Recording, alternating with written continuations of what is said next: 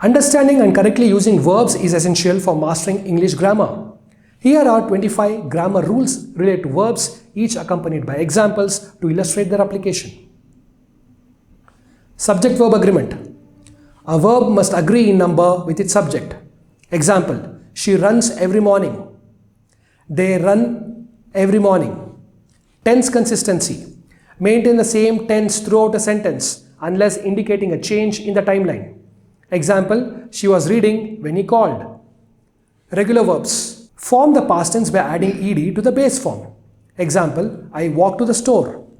Irregular verbs. These verbs have unique past tense forms that don't follow standard rules. Example, she went to the market. Transitive verbs. These require a direct object to complete their meaning.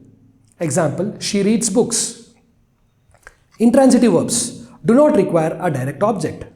Example, he sleeps peacefully.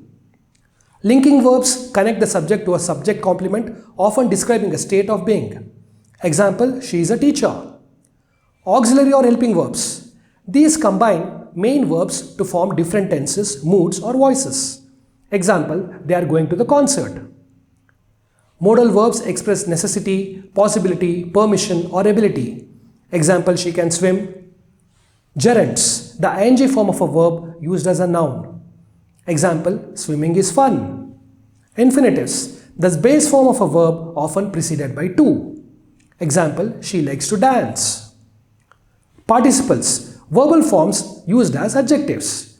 Example, the broken vase was expensive. Phrasal verbs, combination of verbs with prepositions or adverbs that create new meanings. Example, she gave up smoking. Passive voice, the subject receives the action of the verb. Example, the cake was eaten by the children. In active voice, the subject performs the action of the verb. Example, the children ate the cake. Imperative mood, used for commands or requests. Example, close the door. Subjunctive mood expresses wishes, doubts or hypothetical situations. Example, I suggest that he study more. Split infinitives occur when an adverb is placed between to and the verb.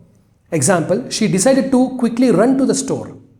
Verb tense shifts. Avoid unnecessary changes in verb tense within a sentence or paragraph. She was walking and sees a bird. This is an incorrect example. She was walking and saw a bird is a correct example. Subject-verb inversion. In questions, the subject follows the auxiliary verb. Example, are you coming to the party?